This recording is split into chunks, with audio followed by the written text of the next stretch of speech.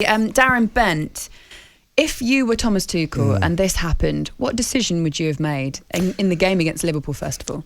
It's such a difficult one, and I get it. What he's done is wrong. What he said, I think he's been quite, maybe not disrespectful, but it's certainly the wrong thing to say. And it doesn't bode well for the club, the fans, certainly the club that have forked out that much money for him, his teammates. It's not good. Certainly when you start talking about other sets of fans as well and how much they mean to you, I think it's a bit of a smack in the face to Chelsea fans. At where Chelsea are at the minute, and with it arguably being their biggest game of the season, I probably would have sent him out there. I would have disciplined him somewhat, maybe fined him. I know, and obviously a lot of fans are going to say, well, what does money do because he's on a fortune? But still, I would have still hit his pockets. I would have fined him. I would have disciplined him. And I would have sent him out there because I probably would have put him out there because I don't know what reception he would have got from the fans. So I would have said to him, listen, you're going to have to go out there and you're going to have to earn the fans back because I'm going to send you out there. You might get booed. I don't know what kind of reception you're going to get. But ultimately, what you need to do is go out there, put a performance in, win the game for us, and show them supporters exactly how committed you are. Because I know when he did the interview, he wasn't playing at the time. He was frustrated. And I get that. He wasn't playing. He felt like he could have played a part. I know he had injuries and COVID, but he felt like he was fit enough, that Thomas Tuchel was playing players, maybe not necessarily centre-forwards ahead of him in his position. I get that. But I probably would have sent him out there and said, well, you've got to make it up to these fans, so go out there and win the game. That's probably what I would have done. But I get it. If he then lets him get away with it, then what does that impact does that have on the younger players? But such a difficult one. The timing of the release was poor. Bad as well, wasn't it? If he did it 3 weeks ago and it gets released just before a massive game like this, and it's caused absolute mayhem. But I think you're right. I think fans are quick to forget. As long as you come back in, you put a shift in. If he'd have come off the bench and scored the winner against Liverpool, exactly. Or if he'd have started, won in the game, he would have probably had to come out and say, listen, I shouldn't have said what I said. But the fans would have been a lot quicker to kind of forgive him because they would have said, well, he said what he said, but look how committed he was today. He was brilliant. He scored us 2 goals. He won the game for us. So now it's like we're almost waiting for him to come back. It's almost kind of a bigger story now because you're automatically waiting from when's he going to come back? Is he come back in the cup? Is it next weekend? What's so interesting as well is I wanted to hear your side of things. If you're Romelu Lukaku, what are you thinking right now? Because this has gone massive. I mean, it's out of hand now in terms of the way that we are talking about it now on the media. It's not just us, it's worldwide. Everyone's talking about it. Instantly regret. When he did the interview at the time, he was frustrated. As he was talking, he's filled with emotion, he's angry. Even though it's still really early in his Chelsea career, it seems really strange to do an interview this severe. So I think he'd be disappointed in himself. He'd probably regret that he wouldn't have done that. When he came back against, was it Aston Villa? He was brilliant when he came on, scored the goal against Brighton. He's played really well in his last 2 performances. So he's probably thinking, right, I'm ready for Liverpool now. I'm going into this game high on confidence, playing really well. I wonder if he had an idea that this was going to drop. Because if he didn't and it's kind of hit him surprise, he's definitely thinking, what have I done here? Why? I mean, who's advising him? Because to come out and do an interview that you know is going to be controversial because of what you said about your manager, you know what you're going to say as well, it's all in your head. You're never going to get the manager to change a decision after that, are you? So who's advising him to do that? It's one of them where someone might have said to him, listen, I probably wouldn't do that if I was you. I'd hope someone was telling him, don't do that, Romelu. But we've all been there as players, Ali, frustrated. I know. He's probably just gone, I don't care what you think is best. I feel this is the best decision. He's probably gone against, I'd like to think he's got people in his camp that are saying, don't do that because it's going to end badly. He must have. He's got to, but I think, do you know something, Bennett? I've got to be honest, mate. I'm not as upset about the whole thing as everybody else seems to be. I've got it down as ill-advised and a kind of stupid thing to do, to be honest with you. And I'll bet you as soon as it came out, he regretted it. The timing was really, really poor in the bargain.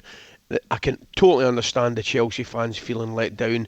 But you know something, I'm over it. He's disciplined them.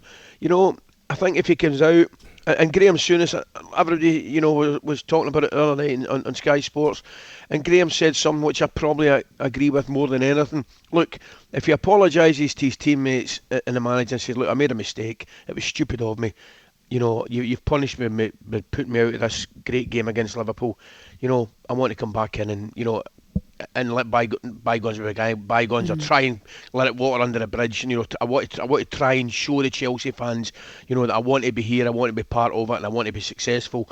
I think that's the way to do it. That's the way to handle it. You know, it was ill-advised. It wasn't the most intelligent thing to do.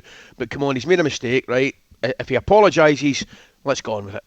You know, I think he would, and I think Ali would have apologised already to his teammates. I think he would have done that last week before the Liverpool game, because ultimately they're a better team. When he's on the form like he is against Brighton and Aston Villa, they're a better team with him in it. Yeah. They're a better team with him in it. So he probably would have said before that Liverpool game, listen, guys, I've let you down. I'm now not available for tomorrow. Go out there and get a result, and I'm going to try and make it up to you. I'd like to think he would have done that. I think he would have. What were your teammates thinking when they saw that? I think a lot of them would probably understand, because no football player's gone through their entire career where they're not frustrated. Absolutely, all footballers go through periods where you're not playing well, things are not going right. Obviously, footballers handle it in different ways. He's gone about it the wrong way, but footballers would understand that what's going on. I mean, Thiago Silva at PSG, I'm sure he would have seen it there. Big players. I mean, it happens all over the place. So I would like to think they're probably a little bit disappointed, but I don't think they'll hold it against him, because they're clever enough to know that when he's on the form that we expect him to be on, they're a better team with him, and that if they want to push to try and challenge Manchester City, they're going to need him. Tomorrow night, Chelsea are hosting Tottenham, and there are some subplots to this, because obviously you've got an ex-Chelsea manager coming back to Stamford Bridge. You've got all this going on with Romelu Lukaku. It's the first leg of a semi-final, and both teams are going to feel like this is the season. Even though they've just come off the back of a European Cup, they are European champions. But to get another bit of silverware where the Premier League looks like it's pretty much gone now, is going to be in Chelsea's mind. But also for Spurs, because if you're Conte and you can get a piece of silverware, it's why you were brought in, whether or not it's the Carabao Cup or anything else. It makes this tie quite tasty, doesn't it? Absolutely. And when you talk about, I played in this fixture, there is no love lost between the fans at all. They absolutely I didn't understand how much they hated each other until I played in it. So if ever there was a game that Lukaku wanted to win back them Chelsea fans, it's this game. If he could play against Spurs, score a couple of goals and they win, the Chelsea fans will won't forget, but they'll be quick to forgive and go, okay, you've moved on, brilliant stuff. But as you said, for Conte to win a trophy so quickly when he gets to Spurs, massive. Just Benny, a quick where one. does it? Sorry, we just where does that history come from between those two clubs? Because I can remember, was it Hazard stuck that one in the top corner, which kind of prevented, or it didn't prevent it, but it was a kind of final nail in Spurs' coffin in terms of the title. I think it was a year Leicester won the league. And I can remember the Chelsea fans celebrating it as if... Yeah. Obviously, I didn't know there was that rivalry was so great. Honestly, I didn't know, Ali, until I'd heard that they didn't like each other.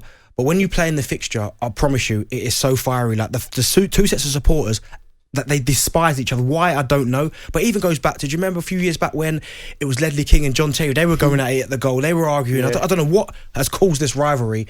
But when I played in it, of course, the North London derby against Arsenal is always a massive game.